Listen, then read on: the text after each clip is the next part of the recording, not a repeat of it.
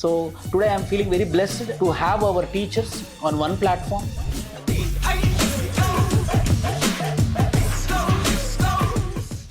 If any government exam, it can be group 1 of any state services or it can be UPSC civil services examination, polity is mandatory. So what should be the approach such that not only civil services, for every exam, how one should plan? Firstly, why is polity such an important aspect? I think it's more like the operating system for this entire preparation.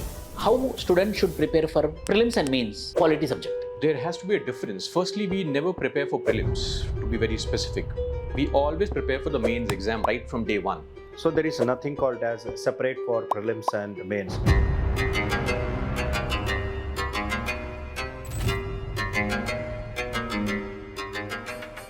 How one should study ancient, medieval, modern or world history, post-independence, but art and culture, which part the students need to focus on? Precisely, art and culture is the most factual component of all the six, and that's where really students struggle, sir. Economy means dynamic. Dynamic is equal to economy. Is it so? So in prelims, national income, inflation, monetary policy, financial market, taxation, regular repeated themes are coming. It does not mean that a chapter will come only in the prelims. Also, it does not mean that a chapter will come only in the main.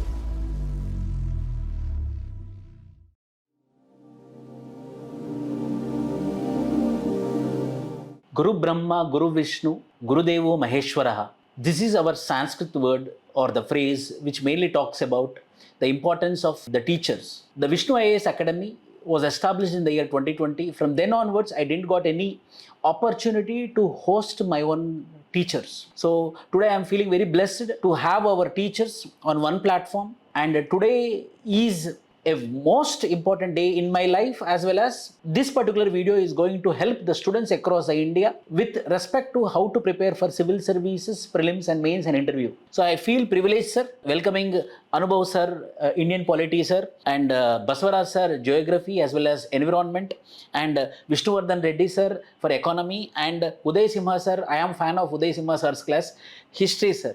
So without wasting any time, we will be on to the point. So Polity, Anybav Sir. Sir, there is one question from my side. If any government exam, it can be group 1 of any state services or it can be UPSC civil services examination, polity is mandatory. So what should be the approach such that not only civil services, for every exam, how one should plan? Firstly, why is polity such an important aspect? I think it's more like the operating system for this entire preparation and this country as well. And how do we approach polity? So for UPSC, of course, we have two divisions of prelims and mains. So let's not get into that right now. An overall idea to study or prepare polity would be to look at the entire constitution as a whole and club articles. Don't try to mug up articles individually, but maybe club them into, say, federalism, center-state relations, emergency provisions, and maybe roughly understand why each provision exists. So the moment you understand why something exists, I think that's the first step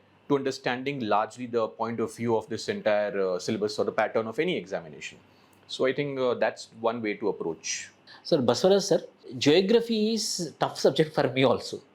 Every time I used to get less marks in geography. It's a technical subject. Most of the students will feel geography is tough. Why so, sir? Is it so? When it started with this perspective, it was a humanities, and even today we call it as humanities only.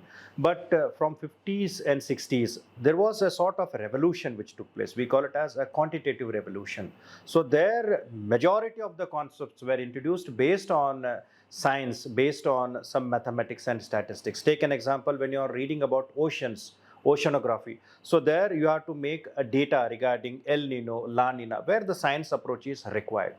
And if you are reading something about, say, climatology, so we find much research and development has been done there. Take an example of any satellite which is launched, NISAR, which gives some insight about the variation of temperature, variation about the land movements, right? So all these have been changed after the introduction of science and technologies. So hence it is a combine of both humanities as well as science. But the better way when we read that, you should have a concept which should be more cleared with the humanities perspective as well as science approach.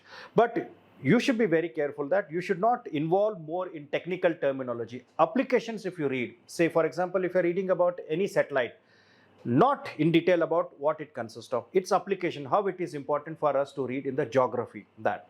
Or sometimes when you are reading, say, population, cyclones, or say human geography, demography you are reading. So in the demography, you always need to have the data, like statistical data are required. So in that, you need to develop the model based on stat. So such factual data are scientific approach. And even in cyclones also, for example, when you're reading about any cyclones, intensities, rapid intensification, so all these require some basics like latent heat. Now he should know that what is latent heat. So some terminologies are there, but not in-depth definition, but application of that. If you combine that humanities and application, I think it becomes very easy. Vishnu Reddy sir, you are expert in economy. If 100 students are there, if I go near them and if I ask which subject is tough, 60% of them will tell that economy. It can be because of its dynamism, it can be because of its technicality. Is it so, sir? Let me clarify, sir. Most of students are not knowing the difference between economics and economy. The first, when they read the syllabus, they understand that economics is there in UPSC, which is not true so. So generally when we read economics, diagrams, charts, derivatives, quantitatives, some theorems will be there. But to be specified, in all competitive exams, what is there is economy, sir. Application of the economics in real life, what we see. So it's not about the subject, it is about the attitude towards and the approach toward the subject. I would say everybody is economist, everybody is using economy principles in day-to-day life without knowing the concept behind it. So all of us are in our day-to-day life. When you go to supermarket, when you buy a car, when you buy a bike, when you make a choice of buying the house, everywhere we are using economy principles. So UPSC and other competitive exams are looking at more concept and application oriented rather than theorem, diagrams, charts. So economy as such is not difficult, sir. It's, I would say, just knowing around 100 to 150 words, meaning correctly, logically, scientifically from academic perspective as well as application perspective. So in a simple way, day to day, what all we are doing economic activities, we may not know the terminology, but still we are using economy. So if you approach the subject with this attitude and this mindset, from real life example only we'll understand all economic concepts. So it will not become separate subject. In fact, it becomes a day-to-day regular what we are observing, what we have seen. So once they understand this aspect of the economy, they feel it is very easy, sir. Sir, there is one subject. Khatam hi nahi hota hai about history. History is so much exhaustive, so much factual. How much ever we read, khatam hi nahi hota hai. So is it so, sir? So one student, how he should have approach for history? Yes, sir, you're right, sir, to some extent, because history, we need to really cover some thousands of years. So we should be very frank as a teacher that it is a lengthy subject. But given that it's a lengthy subject, there is also one advantage student enjoys, is that past is already past. Unlike other subjects like polity, geography and economy, which have a lot of current affair components, sir. I think what makes history slightly easier is that at least the dynamic part of that subject is not very heavy. So if you can really have an understanding of the events of thousands of years in a chronological order, I don't think so it is really difficult, sir. That way, history is more static. That's how I think we can make the subject simple. Anybav sir, you are a BITS Bilani graduate and you cleared all the prelims, written almost all the mains with respect to your attempts. To the point, how students should prepare for prelims and mains, polity subject? There has to be a difference. Firstly, we never prepare for prelims, to be very specific. We always prepare for the mains exam right from day one. And prelims preparation has to follow a certain strategy, right? So if let's say in prelims, a question could be, what are the discretionary powers of the president? Then in the main exam, the question is more like, should we even have the president? So this distinction should be understood by students very clearly as to what is the expectation of the examiner or UPSC. So when it comes to our preparation, we start from day one for mains preparation, and for prelims, maybe around 3 to 4 months before the actual exam, we start preparing solely for prelims, meaning targeting our mock tests and revisions of the very limited questions that have come in the prelims. Of course, that the major help that comes is through PYQs. If we can go through all the possible PYQs, that will be half the battle won. So firstly, let's not segregate. Number two, start with your mains preparation only, and just 3 to 4 months before the actual exam date, we focus solely on the preparation for prelims, meaning just two things. Number one is mock tests, as many as you can. So that would be roughly around 60 to 70 mock tests should be taken. right from the month of February, March, April and May, of course, till 15 days before the exam, because we don't want to be too nervous on the date of the exam, right? That yesterday night I scored 34 in mock test, so it makes you nervous. So beyond that, nothing specific is required for prelims preparation as such. Basavaraj sir, the same question to you, that how one should plan for prelims, and generally the students will think that the weightage of geography in mains is less. Is it so? So proper strategy for prelims and mains, sir, regarding geography. See, as Anbo sir told, so there is nothing called as separate for prelims and mains. So if a student is preparing this as an integrated approach, he will have an edge over the preparation. The reason is, if you see the questions which are asked in geography, 50% will be factual data, and these you can cover from NCRTs or from current affairs also. But remaining 50% of the questions are there which are application based questions, where you should be good enough in concept plus application also. So that's why when you're reading any part of geography, we always say that a concept plus dynamic approach is required. So dynamic approach can be done only when you are making your studies integrated one. Integrated means you should know the fact, you should know the concept, you should know the application part. Then only you can mark it very correctly in the geography part. That is one part. Second, coming down to the questions here. Now, there is always saying that less numbers are there. But if you see the geographical studies here, maps, what you read, you will get the questions in international relations, map based questions will be there. Nowadays you find at least 10-15 questions linked with the geographical phenomenon, geographical perspectives. Apart from that, when you read geography and you are having a good conceptual clarity, you can use it to answer your environment questions. So where a good amount of questions are there from environmental perspectives. So hence what I feel is that it has to go with the integrated approach only. You do not have to separate it as a prelims and mains. Then only you will have a confidence. Then only you can write very good answers in the mains, and also you can mark accuracy, because prelims is all about accuracy. So that is where an approach should be a blend of both. Sir, my understanding, Anbo sir, for you, geography, what will happen, we know or we don't know. That is the benefit of geography subject. Coming to polity, I know 100% this is going to be correct. So after writing the exam, going to the home, and the student will give 1 mark for himself. But when he see the key, it will be wrong. So high chance of getting negatives are high at polity. Is it so, sir? That could be true for certain number of questions. So polity would have primarily 2 types of questions. One are those generic questions which look into the understanding, let's say the definition of liberty maybe. And one would be a question which is completely factual. So when it comes to factual questions, there is not much of a difference if you have followed through properly. Of course, there could be some issue of interpretation as well, because it is laws and statements which need to be interpreted in the right manner. But largely, I don't see that as a huge concern. I think it's mostly because, the answer keys that are released by a lot of these organizations are completely misplaced. We keep on seeing when the biggest of names, I feel sorry to say, but they make even very silly mistakes when it comes to UPSC's prelims exam. I just want to quote this year itself. There was a question on Nagaland, the formation of Nagaland. And it was surprising that almost everyone got it wrong, because I think maybe there was a hurry to give the key in the first place itself. I am the first to give the key. And that is really sad. So students may experience this, and then that could be one problem. The other is also UPSC is to be blamed, because sometimes their answer keys are wrong as well. Last year itself, we had seen a couple of blunders with respect to, say, something as simple as the budget is presented by the finance minister on the behalf of the prime minister, which is a unique statement. Nobody knows this. Only UPSC thinks that is correct. Or I think in 2017 itself, there's a very unique question that came with respect to voting rights. And the answer, which we all know, is it's a statutory rights. There's a Supreme Court judgment on this. There are hundreds of statements regarding this. But yet somehow UPSC's answer key was wrong, sadly. Thankfully, now they have moved to this idea that they at least cancel the questions. They accept the fact that some things are wrong. So they have moved on.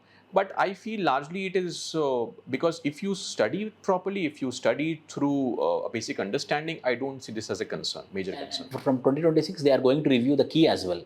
Sir, Vishnu Reddy sir, economy means dynamic. Dynamic is equal to economy. Is it so? Largely, sir, if you observe previous year prelims questions, previous year mains questions, I would say in prelims around 15 to 20 questions will come from economy, range of approximately. Partly 50% concept, 50% current affairs. And sometimes in mains, in GS paper 3 economy, roughly around 130 plus marks.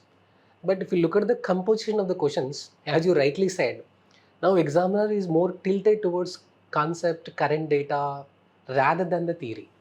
So I would say for economy in prelims and mains, as Sir rightly said, there is no separate preparation as such. But if you look at the previous year's questions, they might help us in understanding the emphasized themes, sir. So in prelims, national income, inflation, monetary policy, financial market, taxation, regular repeated themes are coming. If you look at main specific, agriculture, infrastructure, industry, services, it does not mean that a chapter will come only in the prelims.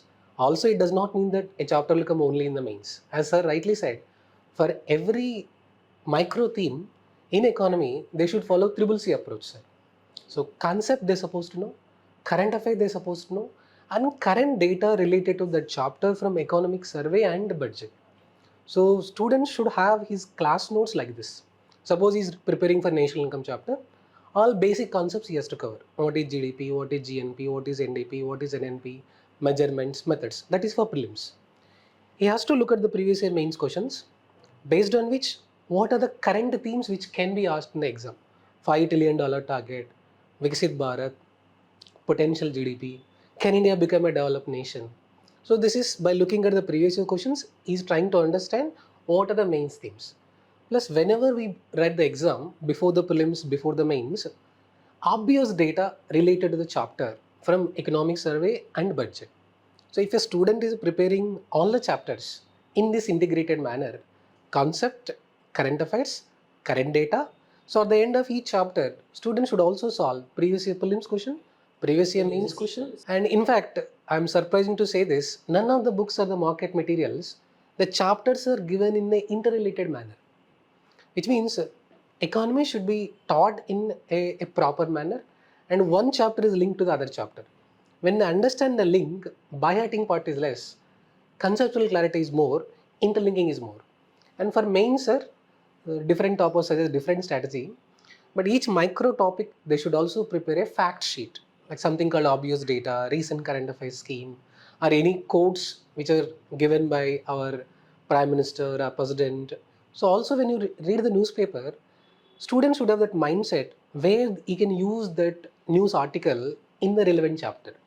That reason why in my class also I will say, sir, at the end of every topic, leave some 4 or 5 pages blank.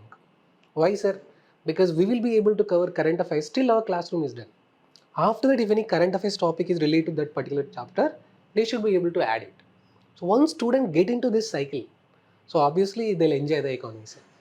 And as we say in economy, risk is more, return is more, but it's not a blind risk. It is a calculated risk. So there is one question every aspirant will ask, sir, can you give me book list? So is really there is a book list? Is really by reading those books they are going to get the knowledge? What you say, sir? No, sir. Definitely, I don't agree with the book list. Even if you suggest a book, so student may not understand from first page to last page. And secondly, everything that is written in the book is not important for the exam.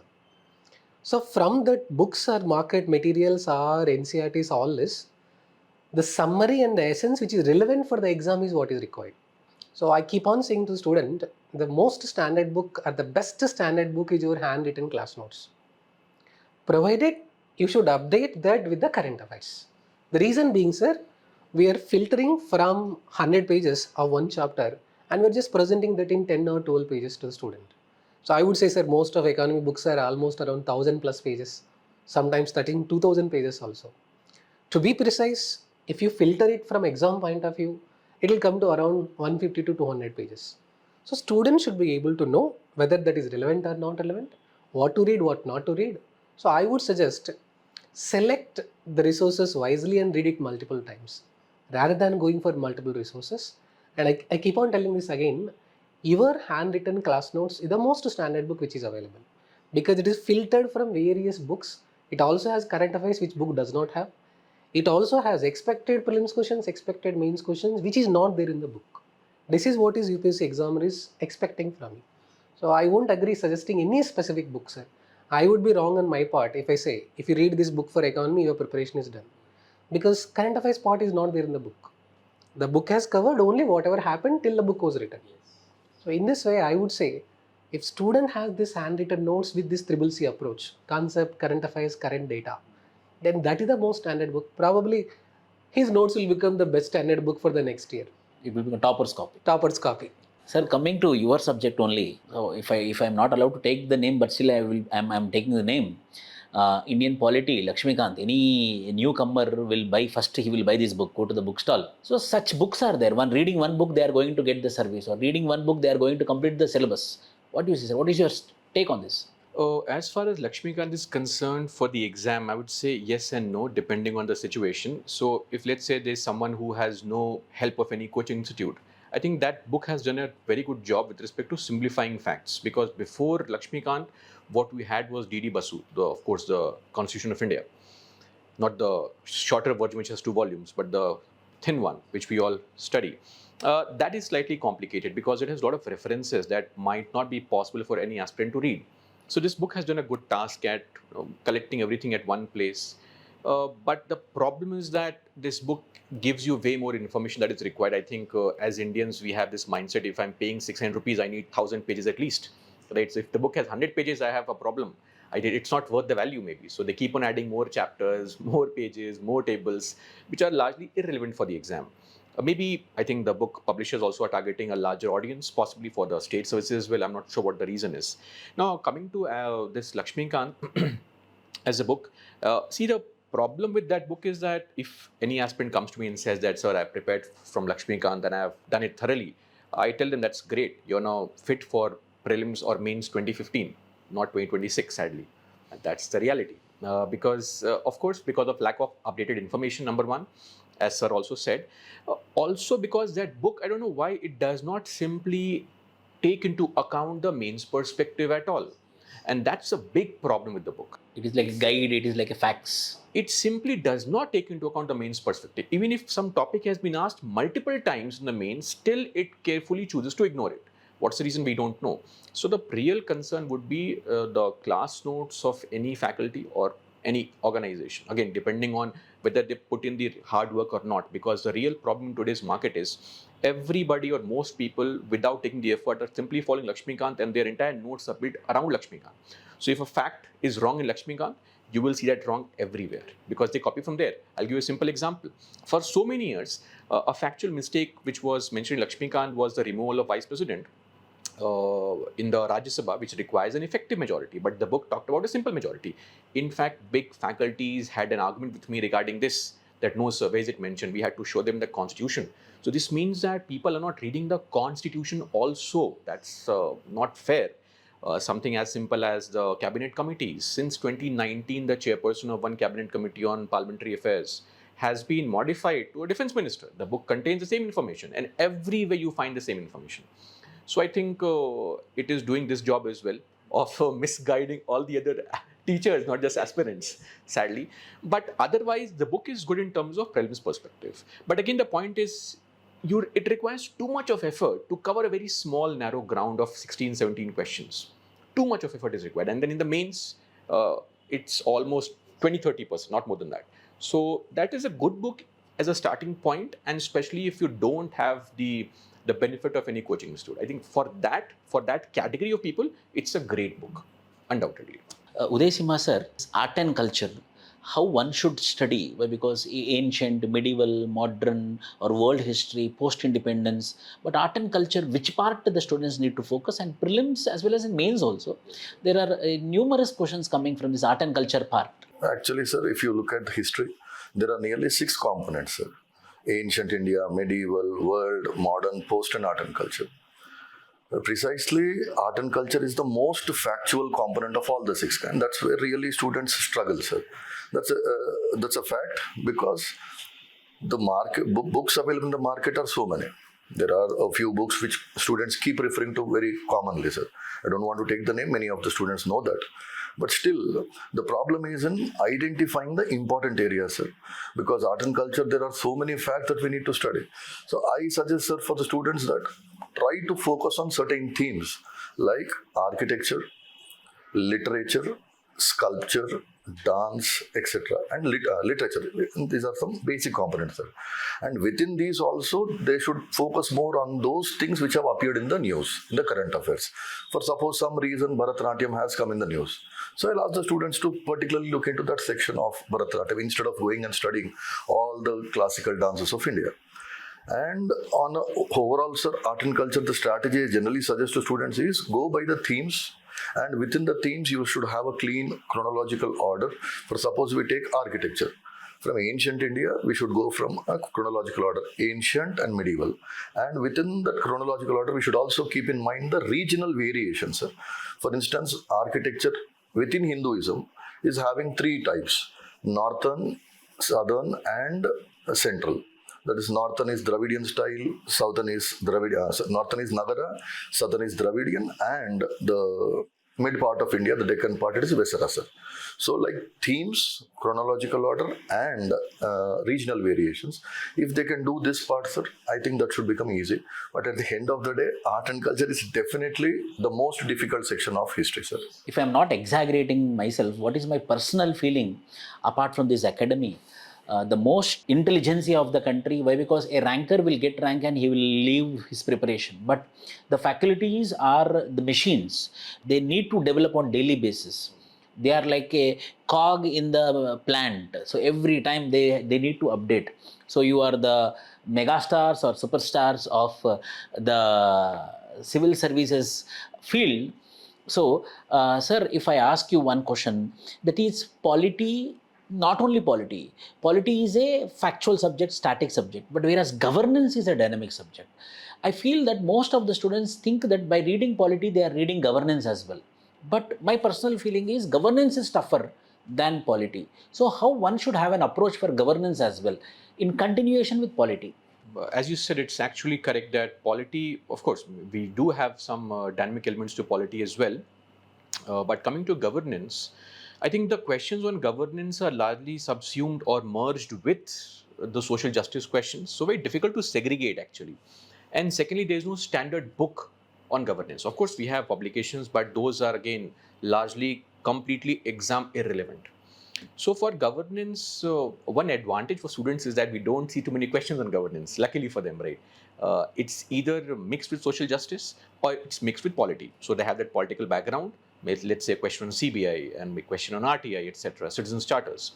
So UPSC so far has not explored all the dynamics of governance. They have just touched two major parts. One is e-governance, which they ask questions frequently. And I think we have come to this understanding now that there are certain topics or certain areas which UPSC keeps on asking, even from e-governance perspective. Again, the same simple use application models, problems and challenges and suggestions.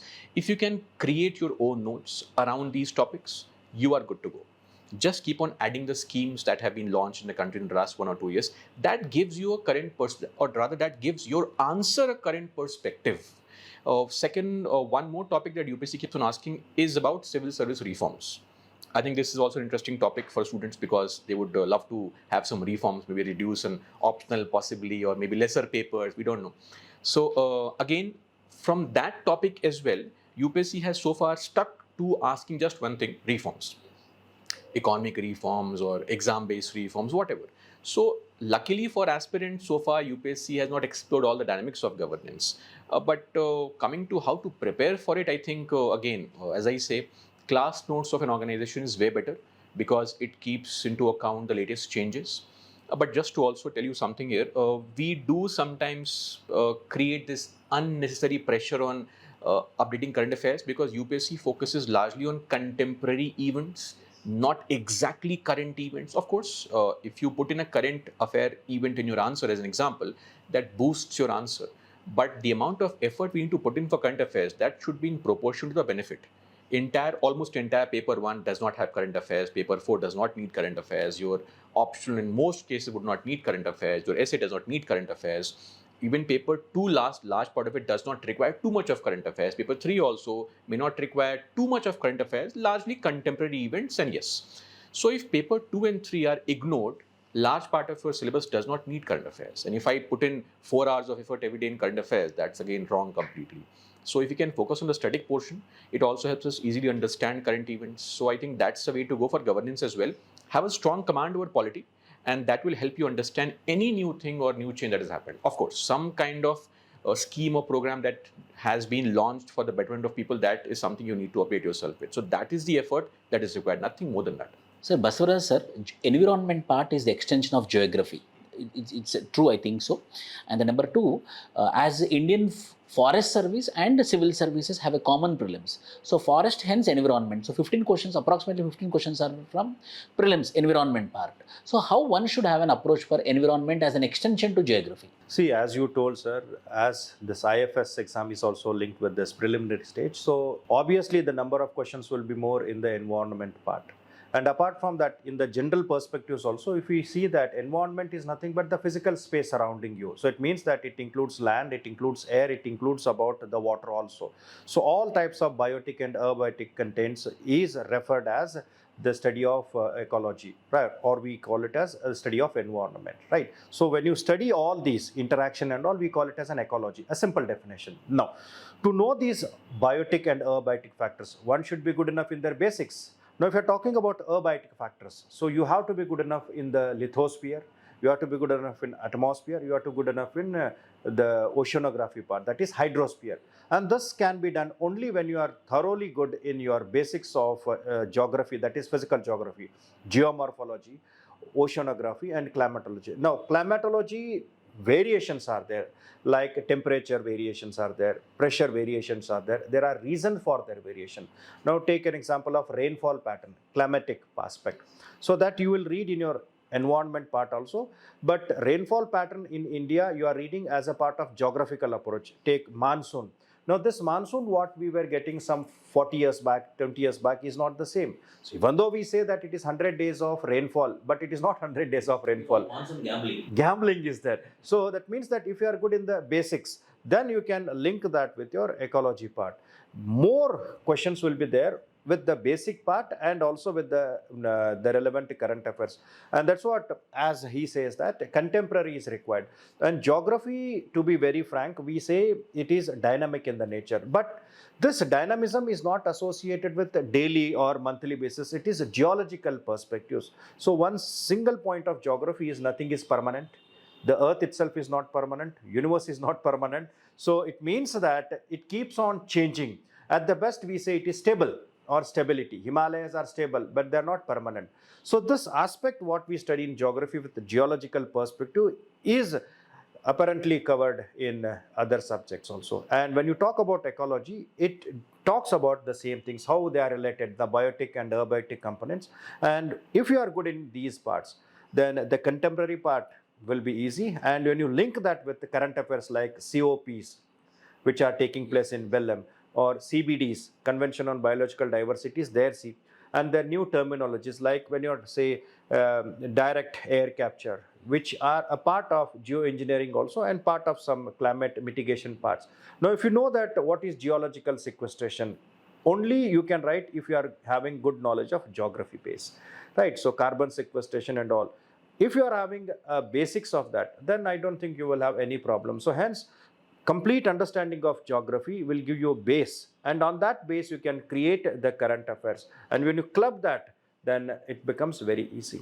And not only environment, sir, I can say that disaster management is also, which is very significant. Nowadays, we find the disaster management questions are more in the UPSC examination, and they are directly linked with the climate change perspectives. Take cloud burstings in Himalayas, or landslides in Himalayas, or any such events, heat waves, Hyderabad cold waves, urban floodings, right? So we are having many such issues. Now, if you want to write anything on urban flooding and on something in environment perspectives, they introduce something called as sponge city.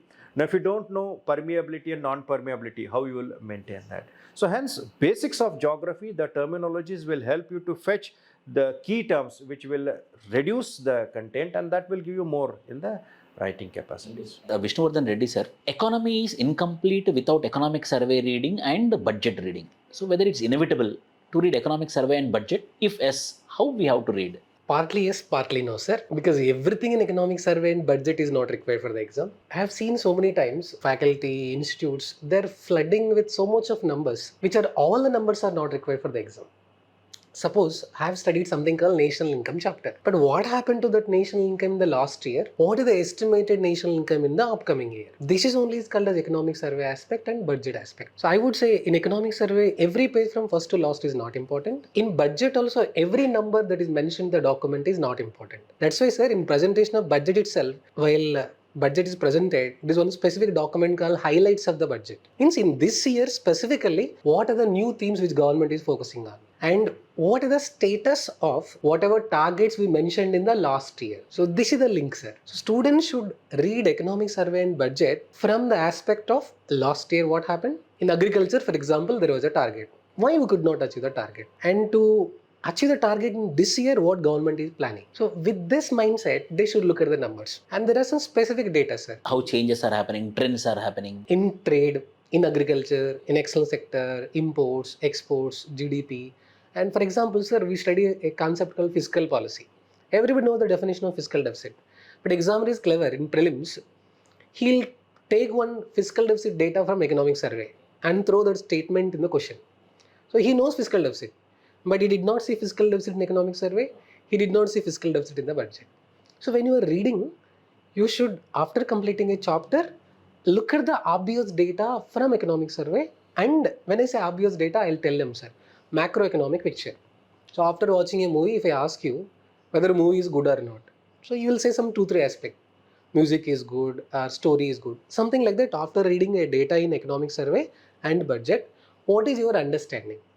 So with this aspect you have to read, sir. And to be specific in mains, yes, whatever new schemes are launched in the respect to your budget and ministry related to that particular, and industry chapter, infrastructure chapter, agriculture chapter, to score more marks, if you quote allocation of funds in the budget that year, disinvestment target in that year, and FRBM Act, fiscal policy, where we are substantiating our answers with the recent data, sir. So economic survey budget should be read in this mindset. So you are not doing PhD in economic survey, you are not doing PhD in budget.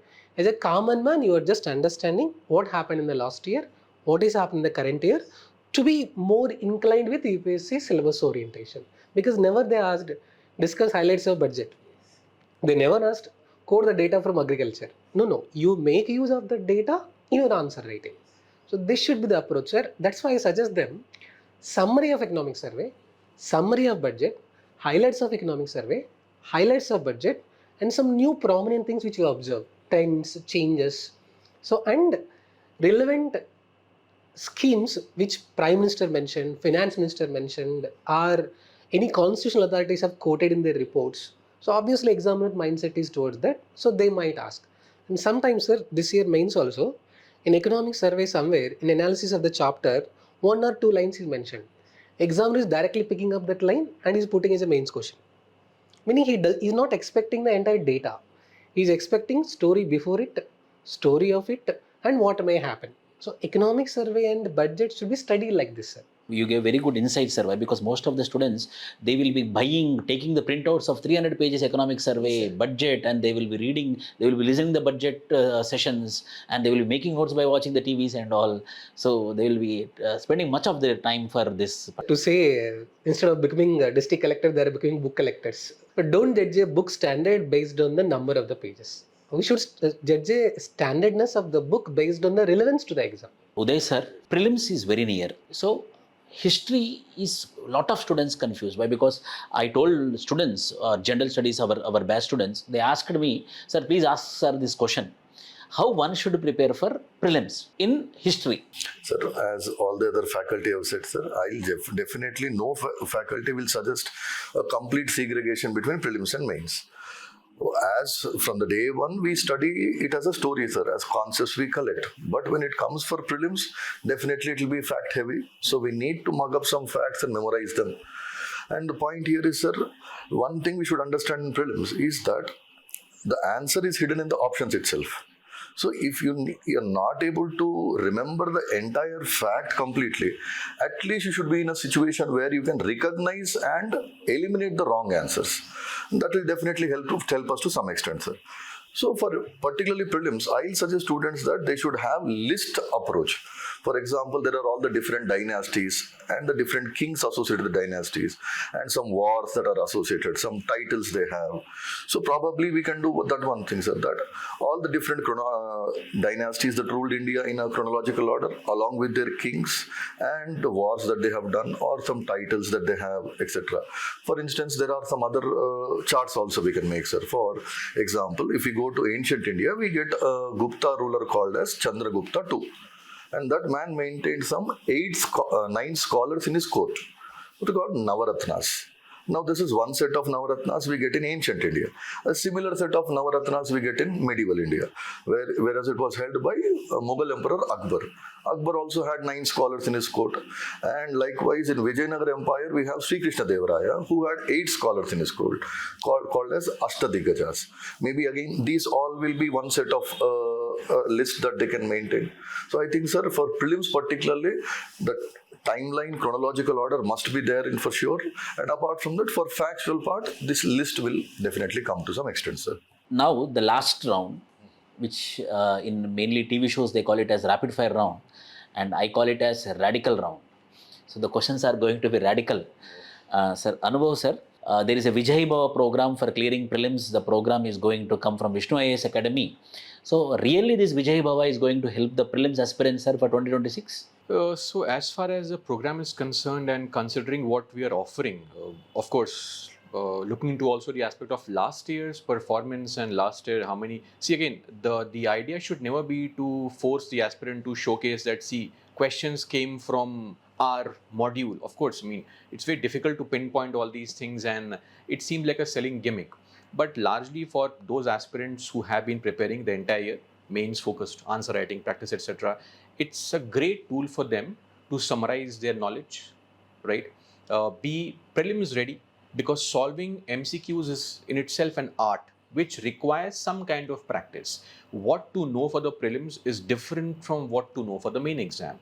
So that's number one.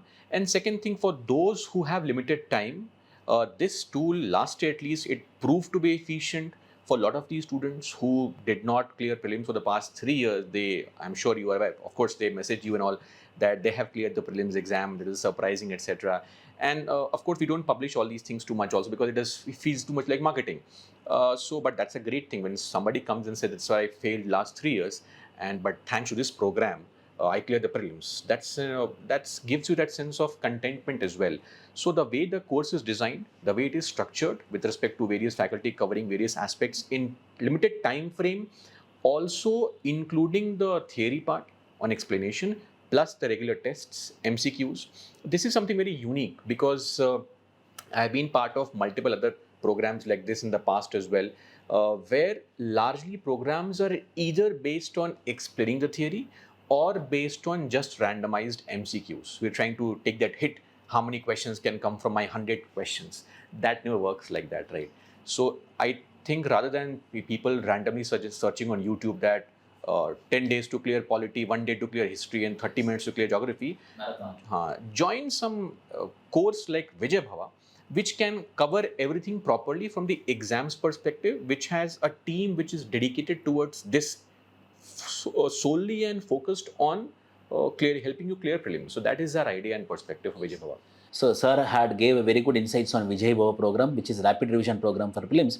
Sir, on the same lines, Basavaraj Sir, students are giving importance, some section of students, fees, means they are not going for the quality, they are looking at the fees. Yes, fees is one of the criteria which cannot be neglected at all, but going for the lower priced courses and wasting their time, this is my personal belief, number one. Number two, some section of students are going for YouTube videos and learning it. I don't tell it is wrong, but however, this is one section of time, one section of students. So what is your take on the lower feesed courses, YouTube classes, and about the videos which are available in Telegram? So here two things matters much. The one is that when you're talking about lower fees, so if the volume is very, very high, then it may work out. It may work out. But nowadays to get a faculty itself is a challenging. A good faculty, he always demands more. So it is very difficult for the institution owner to get a good faculty and provide justice to the students. So of course, if somebody joins by paying less amount and if he's not getting the good content, then what is the point? So he is losing his money, he is losing his time, and also he is losing his confidence. So that is one thing. So lower money does not mean that they will getting best one.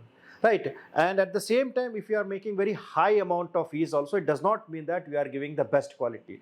Now, sometimes when we keep the rate somewhat ideal, like the last time what we have kept, somewhat not very high, not very low. So it is to maintain that a good quality of content is there, good quality of faculties are there, and they are delivering at best, which can give justice to the students when they are attending the classrooms, when they are attending the section.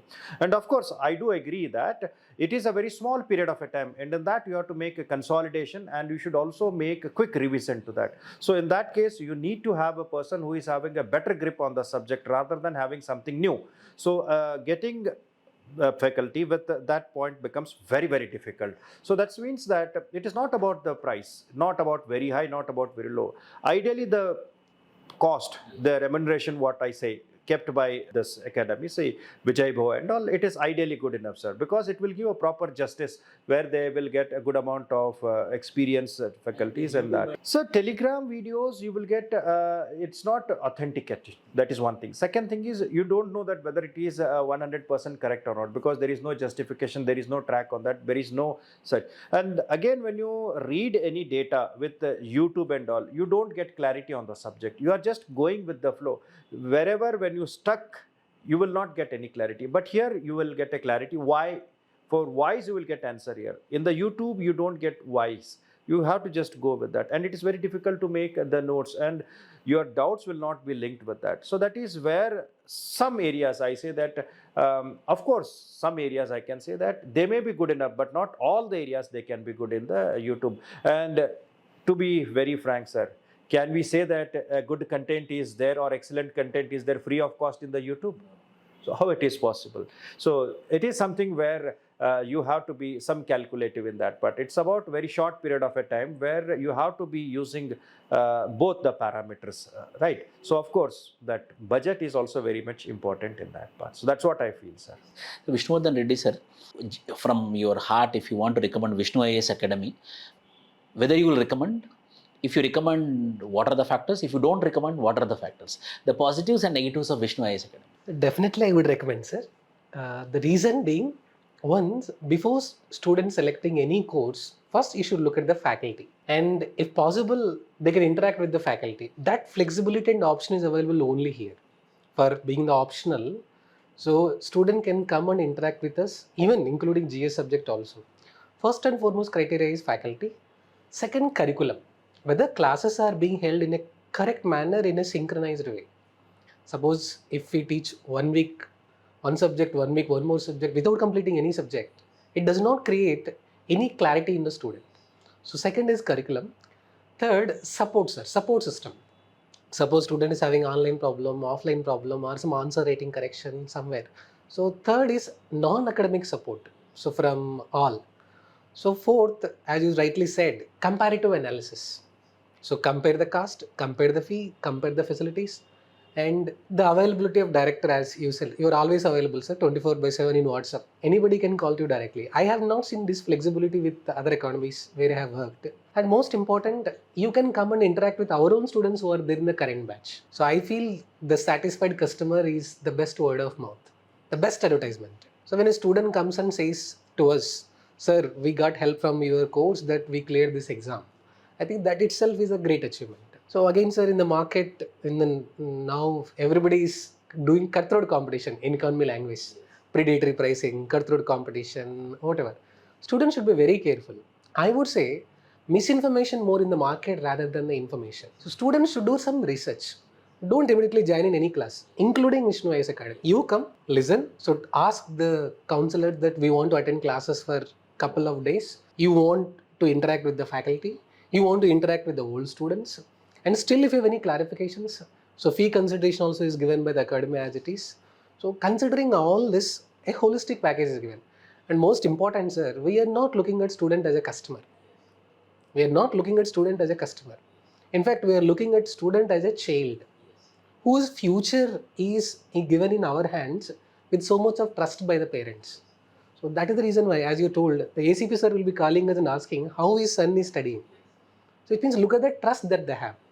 So by considering all this, so to be frank, faculty, dedicated team, academic support, non-academic support, curriculum. So I will give them one advice. 1 week you attend the classes, interact with the faculty, interact with the students. After that, it is your decision. So I feel we are doing justice for what we are being paid, and we are also known for our quality, sir. The strong, the team, faculty team is at Hyderabad. So 100%. Thank you, sir. Uday sir, I had my own experience. When parent came, I myself explained about our course. Then the parent told, but however, there is sentiment that we have to send my daughter to the Delhi. And finally, they sent to the Delhi. Is it really mandatory to go to Delhi, sir? Everything is available in Delhi? Or Hyderabad, Bangalore, Chennai, these all are west. Only Delhi is the center. What you say, sir? Sir, that's definitely a perception that has come, sir. No doubt, since a long time, Delhi has been the hub for preparation. I cannot deny that. But given that we should understand, because of this new digital age that we are living in, and so many institutes have cropped up, Hyderabad, it's not about Hyderabad, sir. I sometimes do say in the class that even if you are in Andaman Nicobar Islands, if you have an internet, you have a good guide and at 1 or 2 seniors or a good mentor and a faculty, and you know the approach, you definitely can crack the examination, sir.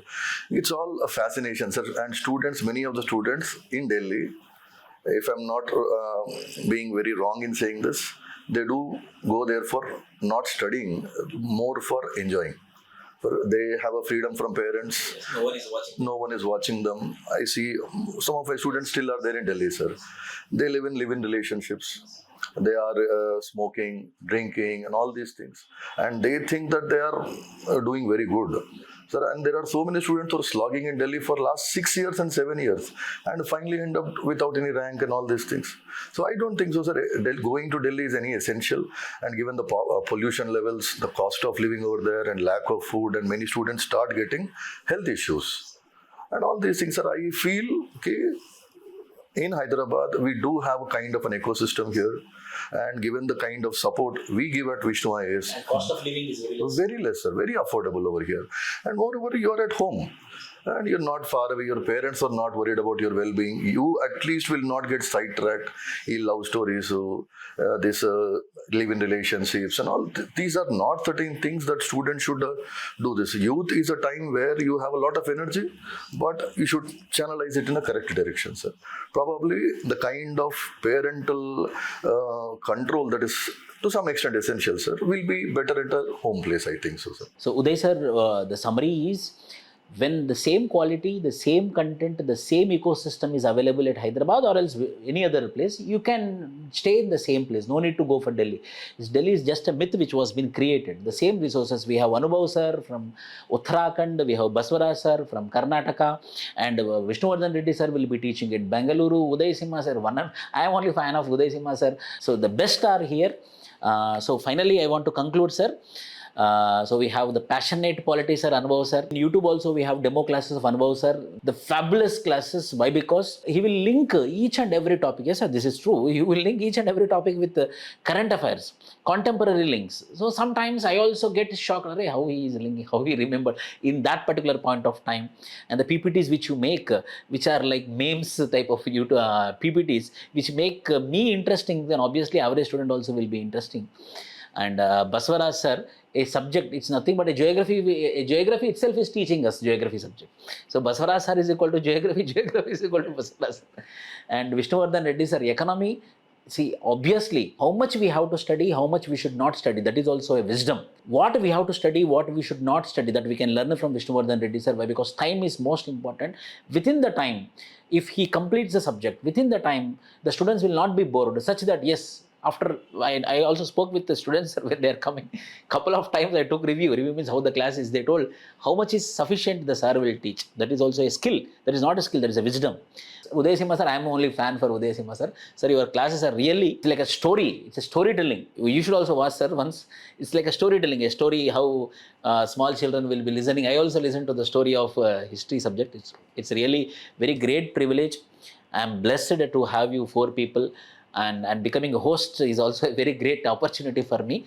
And the students will be using this opportunity. I believe that you got very good insights, very good points, how to prepare for your polity, how to prepare for your prelims, how to prepare for your mains, how to make your notes, and how to myth the bust of polity preparation, geography preparation, etc.